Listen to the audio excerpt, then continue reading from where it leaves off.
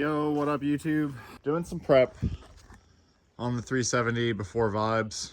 I'm going to be ditching the black wheels. I started stripping these. So we are going to end up going back to silver with the wheels. I'm tired of black wheels. Everybody talks shit about them, so I'm getting rid of them. So I just want to say this video is a little bit all over the place. I'm taking off the rear bumper here because I was going to try and fit a hitch adapter onto the back of the bash bar. But unfortunately, that didn't end up fitting. Just kind of showing you guys the damage on the back of my car right now. The car was a salvage when I first bought it, so I don't know if I'll ever get around to fixing that, but it is something that does bother me a little bit, so I don't know how much that would even cost or if it's even worth it to do it, but let me know what you guys think, if I should take care of that or not. I feel like I might end up just tapping a wall after. That's the hitch adapter, but it unfortunately did not fit. Alright, well, that was a short-lived project. I don't even think I'm going to make this into a video, but the stock bash bar is 2 inches and 3/8 thick. This guy, just under 2 1/4 inches thick on this side, and just over 2 1/4. I don't know if I should return this right now or if I should just try to make it fit. The other thing I want to do is lower the back of this car because it is way too high right now. Since I zeroed out the camber, like it basically like rose the car up a bit, and now I can see more wheel gap back here. It's just really bad. Might have gotten a little ahead of myself. I didn't actually record this, but I do have some old roof racks that are like universal and they fit on with a strap. Might have something rigged up here. So right now I've got, this is a universal strap. I got cardboard for padding right now. I'm using a strap to go through the hatch. I had to kind of leave this a little bit loose so when the hatch closes, it has enough room to close and also not like bend the hatch.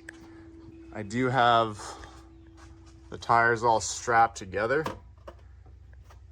And what I'm thinking is probably running a strap from the tires up front into here and then looping them around so they're attached right up here, and then I'll probably also ratchet them to this bar as well, so they should not go anywhere.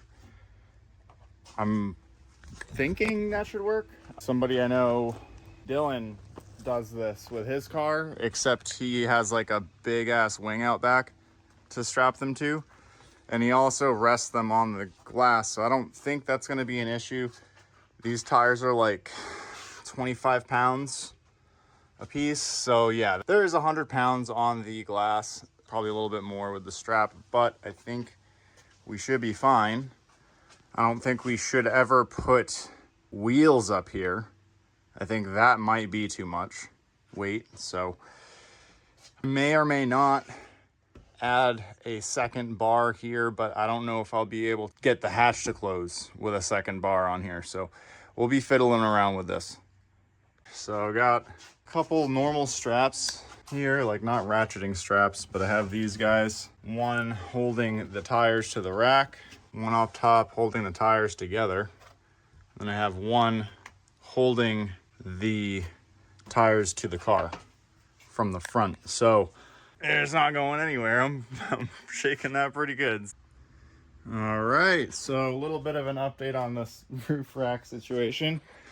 I did put the other bar in, and now the tires are off of the roof and most of the pressure is on the side. So I'm gonna see if this even closes. This is pretty loose because this needs to compress around the weather stripping and stuff.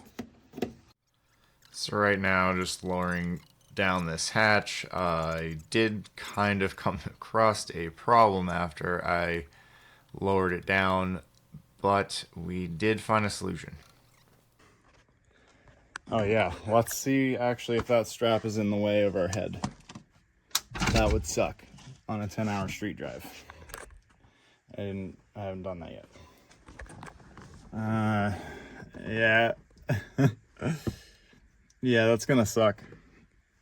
All right, so quite a bit later, took a little break and was talking to some peeps. I moved this strap that was hooking around here to this here. There was a big hole here that was gonna let water in. If it rained, that would not be fun.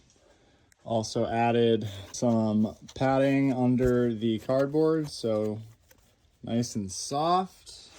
Tires are not touching the glass. It's on there, man. So I think that will do for a tire rack on the Z. And I don't know, I originally just did this for vibes and like, I don't know, I wanted to get the hitch to work, but I would have had to cut that hitch adapter up and re-weld it, and I don't want to really do that. So I did this, and I think that it's gonna do really well. So more storage. With this, I'll be able to fit 4 on the hatch. Like I normally do, I have 2 on the roof, so there's 6 tires, and then I can, if I really want to party, I can do 2 in the passenger seat and then 2 in the back of the car. So that brings me up to 8 tires that I can bring with me, which is gonna be awesome. Post edit CJ chiming in here. So with my current spring rate, 5K in the rear, I can't fit more than 2 wheels and 2 tires on my car without it bottoming out after I lowered it. So I will need to address that with a stiffer spring rate in the future. I just ended up dropping off tires with Alex for him to bring them up to vibes. So that's what ended up happening.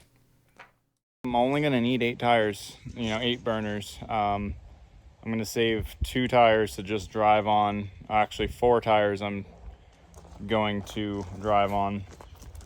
Right now, I am adjusting my coilovers so I can get this car to sit a little bit lower. Right now, it's got a pretty decent gap. Like it's got a 2-finger gap basically. So what I am doing is taking a measurement on the coilover. This is pretty much as straight up and down as I can get it. But the measurement is 68.36 mil. So basically I'm just measuring how far this coil is sitting up on this damper. I don't really want to measure this distance because preload can change and stuff like that, but I think all we do is crack this loose and then we start cranking this down. So we got 2 different size wrenches, so use a smaller one for the smaller collar. And what we're gonna do is just try to crack this loose without moving anything else. Now that is tightening it. All right.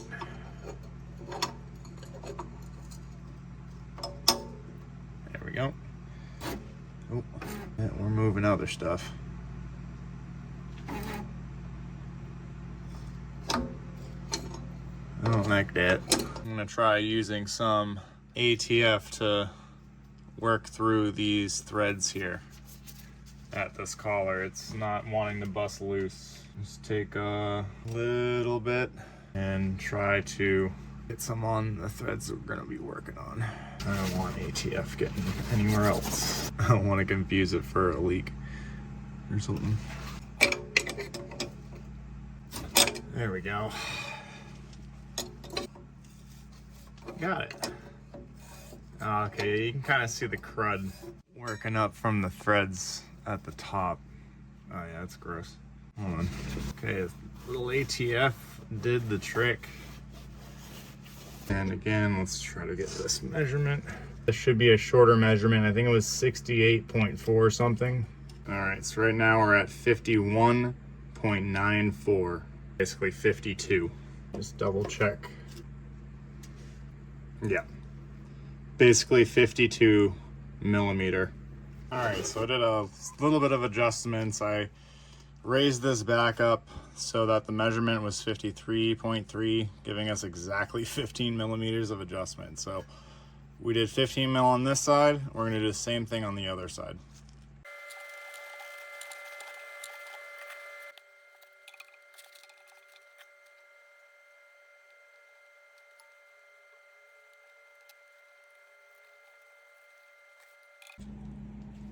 Okay, we're looking at 67.531.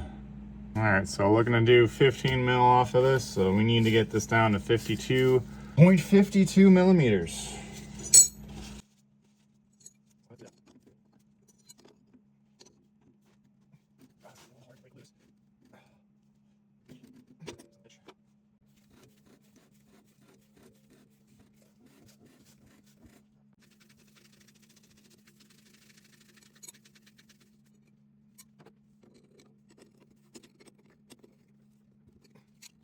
All right, lower this thing down. Let's see how much 15 mil at the coil lower does.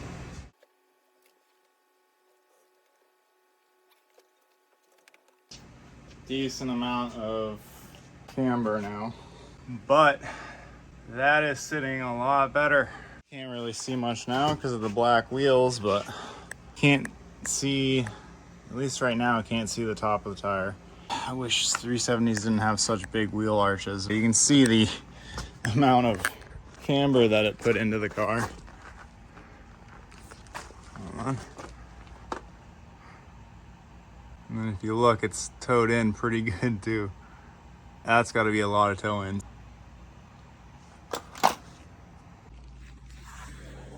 All right, so lowered it down, not really happy with it. Doing another 15 mil, so I need to get this driver's side down to 37.52 millimeter on that adjustment on the bottom.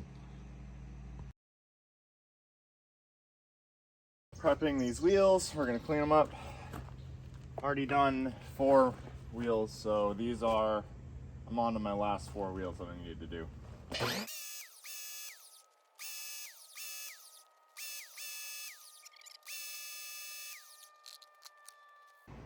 All right, so this is what it looks like with those wheels and it on the ground now, or ground. These are 245s, so there's a bit of a gap. At the top, I could do a 20 mil spacer, I think, but pretty much the top of the tire, you can't really see it, but it's like almost in line. It's a little bit under the wheel well. But it's a lot better than it was before, so hopefully that looks better when it's on track. I gotta align it still too. But we're gonna paint these wheels that color, and yeah, no more black wheels. All right, so just got the car on the ground. Still gotta do the alignment, but that looks pretty sweet. Pretty hyped on that. With a 20 mil spacer, this will be real nice. Although still got to align it, so take some camber out and then we'll check the toe. Oh yeah, also took the stay tuned door banner off because we are going to be running a different one this year, so just got to get this all cleaned up before we put that new one on. Not sure when we're going to do that. It's probably going to be at Vibes, honestly. And we got another set of wheels painted. Just took a spin to Harbor Freight and grabbed this because I want to give a second go at bleeding my cooling system. I know I've got a coolant swirl pot up there, which should really do most of that, but I have a feeling there's still air in my system. Yeah, so down here, that has actually got fluid in it, but on the last track day, when I got home, this was empty. So, I don't know. I have a feeling like the engine's sucking the coolant back up in and spitting some out where it doesn't need, but I feel like there's an air pocket in there. And I feel like maybe that's why I'm having the high temperatures that I'm having.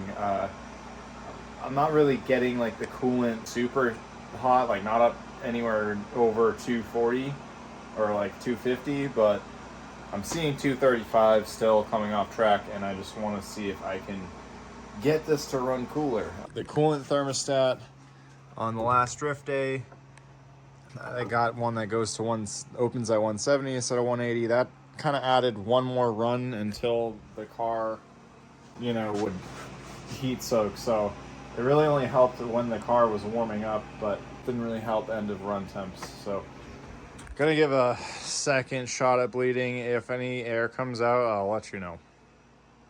So now we are gonna get started bleeding this thing. I've never had one of these funnels before, and I really didn't realize how crucial it was actually having one of these until today. So yeah, the swirl pot definitely needs help. Throughout the video, you guys will see there is a lot of bubbles that do come out. I didn't record everything, but I was bleeding this car for basically an hour and 20 minutes in total. And yeah, VQs take forever to bleed, so I thought I had a blown head gasket and ended up getting a combustion leak tester. Getting a bunch of little bubbles. Just hoping it's bleeding out. Best case scenario. But yeah, the coolant levels raised a lot. Like just from it warming up. I didn't put that much distilled water in there. And then when I rev it, it also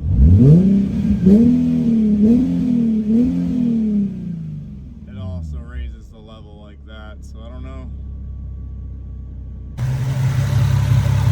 Cool. Got some bubbles now. Trying to see if I can smell any exhaust coming from those bubbles, but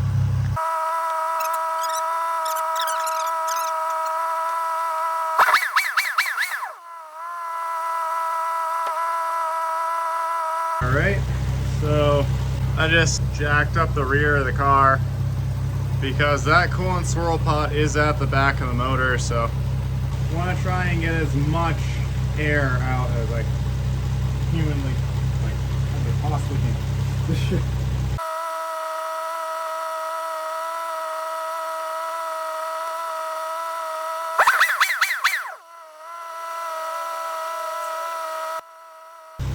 Alright, getting a bunch of air out now. I don't know if you guys can see all those bubbles, but yeah, since we jacked it up, that thing is burping.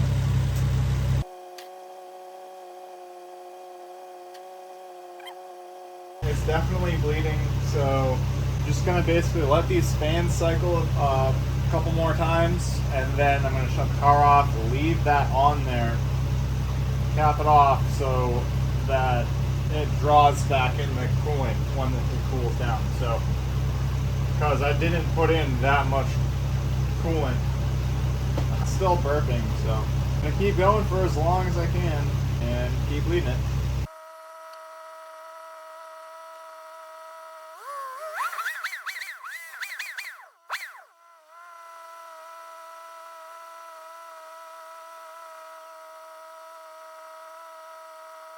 Been bleeding this thing for a while now. I know, like VQs, I guess VQs are supposed to be like really hard to bleed. Because like there is a lot of coolant lines and stuff. As soon as I jacked the rear end of the car up, a lot more bubbles came out. I'm not gonna lie, I am kind of nervous about it potentially being a bad head gasket. Might see if I can get I had a tester for that and see if we got a bad head gasket, because when I warm it up, after I rev it and let it cool off, there's still bubbles coming out, and it's been at least 45 minutes. I don't know if that's normal, but we'll see. All right, so I think we're done bleeding, I hope. Gonna shut the car off and leave that on there.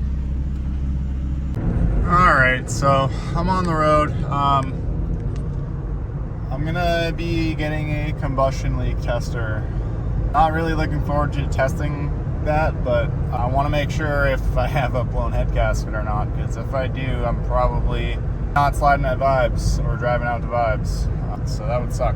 But we're gonna go get that, and we'll see what happens when I get home, because I was bleeding the car for definitely over 45 minutes and was still getting bubbles out of the coolant. I don't know if that's normal.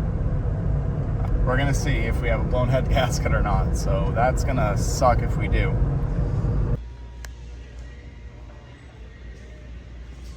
we are back. The level has gone down, so it sucks some coolant in. We are gonna be doing a test to see if we've got a blown head gasket. Very fun. Let's see if we got one. If this turns yellow while it's in the tester, I've got a blown head gasket. Taking the smallest amount of fluid out that I can from the swirl pot because we don't want this coolant getting into the tester.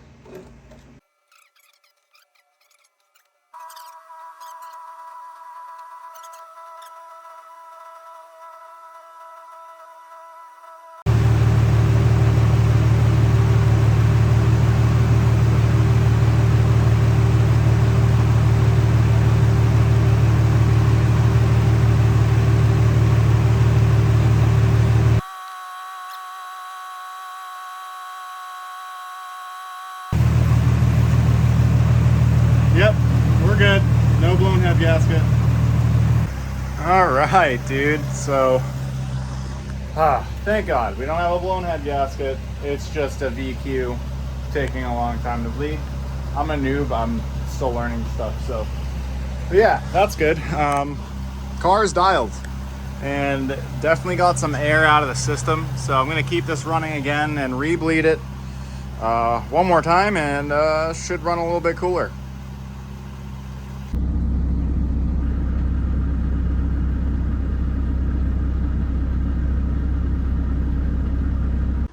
All right, so decent amount of stuff done. Rebleeding the coolant and checking the gasket, head gasket, made me feel better.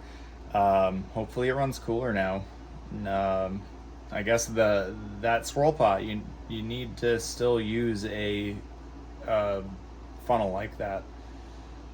Yeah, so before I would just fill the coolant up. I would take it for a drive after I bled what I could. As it heats up, the coolant wants to push out, so I have to close the cap, take it for a drive, and then let it cool and top it off. That's how I would bleed it before, but I don't think I've ever really been bleeding my car properly, so I think yeah, we'll see if this helps with coolant temps. But yeah, I don't know if that's going to be the video or what, but if you guys enjoyed it, hope to catch you in the next one. Have a nice night, day, wherever you are, and peace out.